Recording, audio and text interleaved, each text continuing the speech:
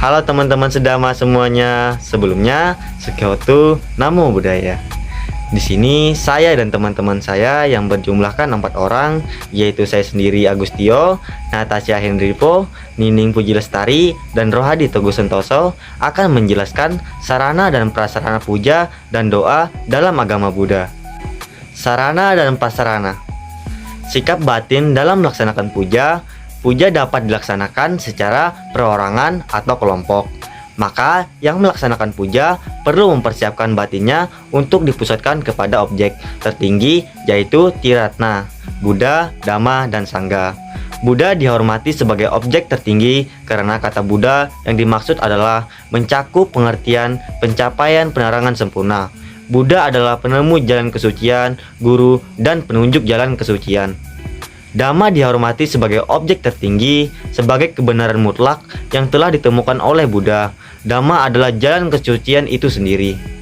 Sangha dihormati sebagai objek tertinggi karena Sangha merupakan pesamuan para makhluk suci Arya Pugala. Mereka telah mencapai tujuan atau telah memasuki jalan untuk mencapai tujuan. Arya Sangha adalah pengikut sejati dari ajaran itu. Yang kedua, tempat melaksanakan puja. Yang pertama ada wihara, adalah tempat melaksanakan puja yang merupakan komplek bangunan yang mempunyai sana lengkap yang meliputi upasatagahara, gedung upasatagahara memiliki kegunaan sebagai tempat untuk melaksanakan upacara, pentahbisan biku atau bikuni, samanera atau samaneri, tempat mempersembahkan jubah katina, tempat membacakan patimokkha, tempat membahas pelanggaran yang dilakukan biku atau bikuni. Dhammasala adalah tempat untuk mendengarkan dhamma dan juga tempat untuk melaksanakan puja bakti. Kuti adalah tempat biku atau bikuni berdiam atau bertinggal. Perpustakaan adalah tempat untuk menyimpan satu set Tripitaka. Yang kedua, cetya. Cetya adalah bangunan yang lebih kecil daripada wihara, yang biasanya hanya terdapat baktisala untuk melaksanakan kebaktian. Ada beberapa macam cetya. Misalnya Dhamma Cetya adalah cetya yang memiliki satu set Tripitaka lengkap. Kemudian ada Dhatu Cetya, yaitu cetya yang memiliki relik Buddha. Pariboga Cetya adalah cetya yang memiliki barang-barang peninggalan Buddha.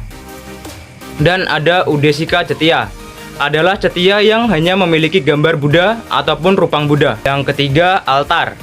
Altar merupakan tempat meletakkan simbol-simbol atau lambang-lambang kesucian agama Buddha, seperti patung Buddha yang melambangkan penghormatan kepada Sang Buddha, lilin yang melambangkan penerangan Dhamma Sang Buddha, dupa atau hio yang melambangkan keharuman Dhamma Sang Buddha, bunga melambangkan anicca atau ketidakkekalan, air yang dianggap memiliki sifat-sifat seperti dapat membersihkan noda-noda, dapat memberikan tenaga kepada makhluk-makhluk, dapat menyesuaikan diri dengan semua keadaan, serta selalu mencari tempat yang rendah atau tidak sombong. Buah melambangkan buah dari kama-kama kita. Selain itu sebagai lambang dari rasa terima kasih. 4. Stupa. Bentuk stupa melambangkan pemikiran terpusat, merupakan tempat untuk menyimpan relik Buddha atau para arahat. Yang kelima, pagoda. Memiliki fungsi yang sama dengan stupa, yaitu untuk menyimpan relik orang suci dan merupakan budaya dari Cina. Bangunannya selalu ganjil dan ujungnya runcing. Yang kedua, sarana dan prasarana puja.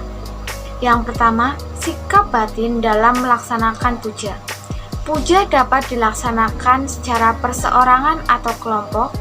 Maka yang melaksanakan puja perlu mempersiapkan batinnya untuk dipusatkan kepada objek tertinggi, yaitu Triratna, Buddha, Dhamma, dan Sangha. Yang kedua, sikap fisik dalam melaksanakan puja. Yang pertama, Anjali.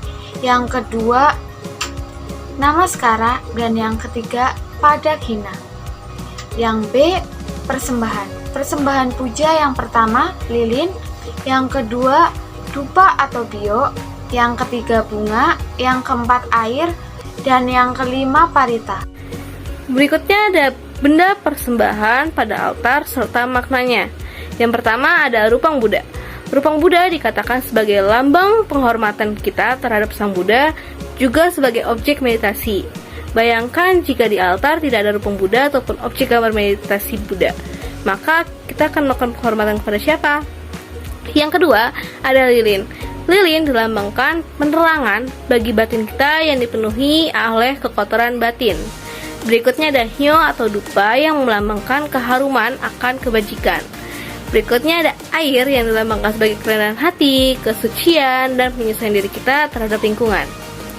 Berikutnya ada bunga yang dilambangkan sebagai ketidakkekalan. Kenapa bunga dilambangkan sebagai ketidakkekalan? Karena bunga itu bisa layu. Berikutnya ada buah yang melambangkan hasil perbuatan dari sebagai ucapan terima kasih terhadap Sang Buddha. Sekian presentasi dari kelompok kami, kurang lebihnya mohon maaf. Sukihotu, Namo Buddhaya, dan terima kasih.